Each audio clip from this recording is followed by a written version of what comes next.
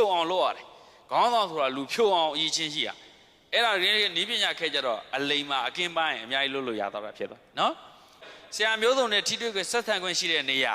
ာလူလူတက္ကသိုလ်တဲ့စာကြည့်တိုက်ကပါတော့လူလူတက္ကသိုလ်ဒါကြောင့်ဘုံကြီးကျောင်းတိုင်းမှာစာကြည့်တိုက်ရှိရမယ်စာကြည့်တိုက်ထောင်တဲ့အခါခုနဒီတော့စကားကိုပြန်ကောက်အောင်မယ်ဆိုရင်အစိုးရချပေးတာဖြစ်တဲ့အတွက်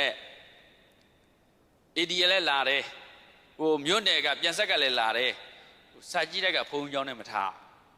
နိုင်ငံတော်ချပေးတဲ့စာကြည့်တိုက်ကဘုံကျောင်းနဲ့မထားသူတို့မှဒါဟိုစီစဉ်မရှိဘူးသူတို့ရဲ့ဥပဒေမှာမရှိဘူးအဲ့တော့နိုင်ငံတော်ချပေးတာဖြစ်တဲ့ဘုံကျောင်းနဲ့မှထားလို့မရဘူးတဲ့ဟိုဘုံကျောင်းပြင်ပမှာမြေဝဲပြီးတော့ဆောက်ပါတဲ့ခင်ဗျားတို့ပေးတာ10 သိန်းလို့နော်မြေဝဲဖို့တောင်မလောက်ဘူးလို့အကယ်၍အဲ့လိုများတက်တူသောက်တဲ့ချင်းမြေပါဝဲပေးလို့အဲ့ဒါဆိုရင်တော့လုံမယ်လို့မဟုတ်ဘူးတဲ့အဲ့ဒါဟိုအဲ့ဒီမျိုးလုံမှရမှာတဲ့ကဲအုတ်ချုပ်မှုလာတယ်ကျုပ်ကမလုံနိုင်ဘူးဖုံကြောင်းထဲမှာပဲလုံကျုပ်ကရည်ရွယ်ချက်ကဖုံကြောင်းလူလာတယ်ကျွန်တော်ဒီကစာကြည့်တဲ့ကိုဓမ္မဇောတိဓမ္မဇောတိတရားအလင်းရောက်နေပြီးတော့ဖြန့်ဝေခြင်းလို့ဓမ္မဇောတိစာကြည့်တဲ့လို့ပေးတယ်ဖုံကြောင်းထဲမှာစောင့်တော့ပြန်ဆက်ကလည်း2 နှစ်မဟုတ်ဟိုကတဲ့ဒီဘတ်ဂျက်ရာသီမှာပြီးအောင်စောင့်ရမယ်ပေးလို့စားအောင်လို့2 နှစ်သာလက်မှတ်ထိုးပဲ2 နှစ်ပြီးအောင်စောင့်မယ်2 နှစ်တွင်ပြီးအောင်စောင့်ဒီဘတ်ဂျက်ရာသီဆိုပြီးကျင်တော့ပတ်သက်ထက်ချလို့မကြောက်နဲ့ဖြတ်ကိုယ့်အလုပ်ကိုလုပ်တာသူတို့လည်းသူတို့အလုပ်သူတို့လုပ်လိုက်ဟုတ်တယ်မလားတပည့်တော့1 နှစ်နဲ့8 လကြာပြီးသွားတယ်စာကြည့်လိုက်ကြီးအဲ့ဒါရွာလည်းထောက်ပတ်မရဒီတော့အလုပ်ပဲဟိုမိတ်ဆွေတွေရှိလူတို့ကစီးပွားရေးလုပ်ခဲ့တော့မိတ်ဆွေတွေရှိဟိုကလူတရက်လူနဲ့ကလေးတွေနဲ့ဝိုင်းလို့ရင်းနဲ့အကျွေးလေးတင်လိုက်ရက်လိုက်အကျွေးလေးတင်လိုက်ရက်လိုက်ဖြစ်သွားတယ်အခုတပည့်တော့စာကြည့်လိုက်နောက်နေ့ကျပြတခန္ဓနာဖြစ်သွားပြီနော်အဲ့စာကြည့်လိုက်ရောစာအုပ်တွေရောတန်ဖိုးသူခုပေါက်သိနေဆိုသိန်း2000ဝန်းကျင်လောက်တန်သွားပြီဒါတနိုင်ငံလုံးမှာဒီတော့ပြောပြီးပြီမနေ့ကအကောင်းဆုံးစာကြည့်တဲ့အနေနဲ့2 နှစ်သက်တိုက်ရတာ2019 2020တနိုင်ငံလုံးအကောင်းဆုံး10တိုက်ထဲမှာဒီတော့ပါတာနော်ဆိုတော့ဒီပြီးတော့လူတို့တက်ကသိုလ်လူတွေအတွက်သူကသူဟိုဘွဲရမရအကြောင်းနေနိုင်မနေနိုင်ဒီတော့အခုတပည့်တော်ကတော့ဒီရွယ်ချက်နဲ့တောက်ကြတာမဟုတ်ဘူးရွာမှာဒီတော့15 နှစ်စီမံကိန်းရှိ15 နှစ်နဲ့ဒီပြီးတော့ရွာကို10 နှစ်ပလန်စချလိုက်အဲ့10 နှစ်တော့မှငါရွာကိုဘယ်လောက်ပြောင်းလဲသွားရမလဲမျိုးဆက်တွေဘယ်လောက်ရအဲ့ဒါကိုမပြည့်နောက်ထပ်9 နှစ် upgrade ထပ်ပြီးလုပ်15 နှစ်ပလန်နဲ့ဒီတော့သွားအဖွဲ့အစည်းတွေကြားဖွဲ့တယ်လူငယ်တွေနဲ့မျိုးဆက်တွေကိုဒီတော့မျိုးဆက်4 သက်မွေးထားတယ်အဲ့ဒီကနေသွားတယ်အဆက်လိုက်တစ်ဆက်ပိုးကောင်းအဲ့ဒီ season နဲ့ဒီတော့သွားတယ်နော်အဲ့ဒီမှာစာကြည့်တိုက်ကအရေးပါဆုံးပဲပညာမတက်ရင်ဘာမှမရပညာမတက်ရင်မရအဲ့တော့အခုတပည့်တော်လှုပ်လိုက်တော့ဘာဖြစ်လို့လဲအခုရွာကိုဗစ်နဲ့အကြောင်းတွေပေးလိုက်ရတယ်နောက်တော့နိုင်ငံရေးမကောင်းတာနဲ့ဇက်တိုက်အခုချိန်ဒီအကြောင်းတွေပြန်ဖွဲ့တပည့်တော်စာကြည့်တိုက်ကသူတို့အတွက်ပညာရေးဖြစ်နေတယ်ကဲဘလောက်ကောင်းရွာမှာဖျားတွေတဲထားတယ်လူတိုင်းလာဖို့ချင်မှဖို့မှာတပည့်တော်စာကြည့်တိုက်ကတော့တော်တော်ဟိုဖျားမတဲနဲ့လို့ပြောတော့တဲပြီးသားတွေရှိပြီးသားတွေနော်အခုဒီမှာတပည့်တော်လူတွေအတွက်မဖြစ်မနေနေသင့်ဘဝထဲမှာအသည့်အလိမ်မာတွေရဖို့အတွက်တပည့်တော်စာကြည့်တိုက်ကြီးရစာသလုံးဖျားရဆူဆိုတော့တပည့်တော်ဖျားတွေအများကြီးတဲပြီးသားဖြစ်နေဟုတ်လားနော်အဲ့ဒါဆိုတော့တပည့်တော်လှုပ်သေးခြင်းနဲ့ဘုံကြီးเจ้าရှိရင်ဘာရှိရအောင်လဲဗျာစာကြည့်တိုက်ရှိရင်ပြန်ပြောအောင်ဘုံเจ้าရှိရင်ပကံခေတ်ရောမရှိခဲ့ဘူးလားအင်းဝခေတ်ရောမရှိခဲ့ဘူးလားကုန်းပေါင်ခေတ်ဆက်သက်ကအစာလိုက်ဗီဒီယိုကြီးတွေနဲ့တခန်းတနာနေလားတပည့်တော်တို့ခေတ်ကြမှာခေတ်ပြတ်တယ်မှာဘုံကြီးလာဖြစ်ဟုတ်လားခေတ်ပြတ်တယ်မှာဘုံကြီးလာဖြစ်တယ်ရှင်များတွေနော်အဲ့ဒါဆိုတော့တပည့်တော်တို့ကအဲ့ဒီခေတ်ကိုပြန်ကောင်းအောင်လို့ဘုံကြီးเจ้าတိုင်းမှာစာကြည့်တိုက်ရှိရအ ਨੇ ဆုံးအဆောက်အဦမရှိနေလေဒီစာဖတ်ခန်းလေးရှိရ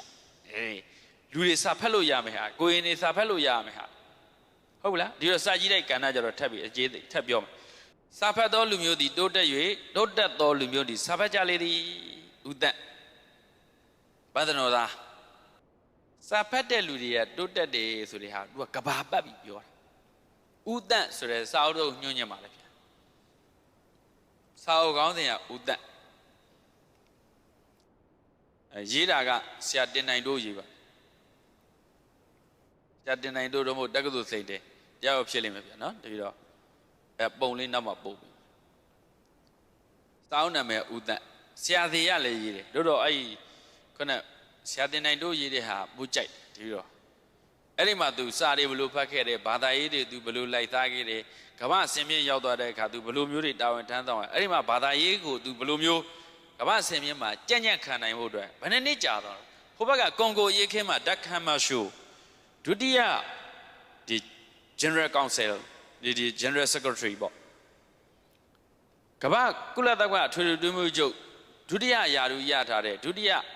အကြိမ်ရထားတဲ့တက်ခမ်းမရှိုဒုတိယမြောက်ရထားတဲ့အတွင်းရေးမှူးကကွန်ဂိုအရေးခင်းမှာလေပေါ်မှာလုံးကြံခံလို့သေသွားတယ်သေသွားတဲ့အခါဦးတန်းအဲ့ဒီချိန်မှာဒီဘက်ကဦးနုဆိုးရတဲ့တဲ့ကိုဗျကမ္ဘာကုလသမဂ္ဂမှာအဲ့တော့ဒီပြောတော့အဖွဲ့ဝင်နိုင်ငံဖြစ်နေပြီစီဝေးတွေတော်တိုင်နဲ့ဦးတန်းရဲ့ပြောပုံဆွေးနွေးပုံတွေကိုကမ္ဘာကသဘောကျသွားတဲ့အခါတက်ခမ်းမရှိုလောက်ကြံခံလဲတော့ဦးတန်းကို request လုပ်တယ်တို့မြန်မာနိုင်ငံသားဦးတန်းအဲ့ဒါကမ္ဘာကုလသမဂ္ဂထွေထွေမှုချုပ်ယာတူယူပေးပါဆိုတော့2 နှစ်တာဝန်ထမ်းဆောင်လဲ2 နှစ်ပြည့်တော့တော်ပြီတာဝန်ကြီးတယ်မယူတော့ဘူးဆိုတော့မဟုတ်ပါဘူးတစ်ချိန်ဆက်ပြီးအရွေးခံမှာဆို4 နှစ်နောက်ထပ်4 နှစ်4 နှစ်ပြည့်ပြီဆိုတော့ဦးတန်းတော်ပြီဆိုတော့မဟုတ်ပါဘူးကမ္ဘာကြီးရဲ့လည်းအခုပြောတဲ့နော်ကျူဘာဒုံးမြန်ရေခင်းတွေရောဘာတွေရောအကြီးကျယ်ဖြစ်နေလေကျူဘာကျွန်းဆိုတာဒီပြောတော့အမေရိကန်နဲ့ကတ်လို့ဗျနျူကလ িয়ার စစ်ပွဲကြီးဖြစ်တော့မှာလေဂျွန်ကနေဒီလက်ထက်အဲ့ဒါဦးတန်းတို့လက်ထက်ကိုဗျအဲ့ဒါနဲ့ဒုတိယကြိမ်ထပ်ရွေးခံတယ်10 နှစ်ကမ္ဘာကိုဥဆောင်ခဲ့တာ10 နှစ်ဗျဒီလိုမြန်မာနိုင်ငံသားဦးတန်းဗျသူကကမ္ဘာလုံးပတ်ပြီးတော့ကြည်နေတာနော်ဒုတိယကမ္ဘာစစ်ကြီးပြီးတဲ့အခါကျတော့လေကမ္ဘာနိုင်ငံတွေပြန်လဲပြီးထူထောင်တဲ့အခါနိုင်ငံသားတွေရဲ့စိတ်ဓာတ်နိုင်ငံသားကောင်းတစ်ယောက်ရဲ့စိတ်ဓာတ်အရေးချင်းပြည့်ဝဖို့ citizenship education နိုင်ငံသားပညာရည်ချင်းတွေဒါနိုင်ငံသားပညာရည်ချင်းအင်္ဂလိပ် citizenship education ပေါ့အဲ့ဒါတွေဖွံ့ဖြိုးတိုးတက်ဖို့အတွက်ပြည်သူ့နေသည့်အသင်းကြီးဆိုပြီးတော့ထူထောင်တယ်ဗျအဲ့ဒီပြည်သူ့နေသည့်အသင်းကြီးမှာဦးတန်းဥက္ကဋ္ဌနော်တကယ်ကိုဒီလိုလိုဂုဏ်စရာကောင်းတယ်မလို့လဲရတာမဟုတ်တကဘာလုံးကလုတ်ပါအောင်အဲ့ဒါဒုတိယကြိမ်ရွေးခံပြီးတော့ထပ်ပြီးတော့တောင်းမှတော့မရဘူးဒီချိန်တော့တကယ်ကိုမလုပ်တော့ဘူးဆိုပြီးတော့ဒါရက်လိုက်တာပဲနော်ဆိုတော့အလွန်ကုန်ယူစရာကောင်းပါတယ်သူကတကဘာလုံးကိုဥဆောင်ခဲ့တာဖြစ်တဲ့အတွက်ကမ္ဘာနိုင်ငံတွေအများကြီးပတ်သွားတယ်ဟာဟိုနိုင်ငံတိုးတက်ဟိုနိုင်ငံတွေတော်တော်ဖွံ့ဖြိုးနေပြီဟိုနိုင်ငံတွေတိုးတက်မှုတော်တော်မြန်တာပဲဘာဖြစ်ပညာတတ်လို့စာဖတ်သောလူမျိုးသည်တိုးတက်၍တိုးတက်သောလူမျိုးသည်စာဖတ်ကြလေသည်အဲဒီလိုမျိုးပြောခဲ့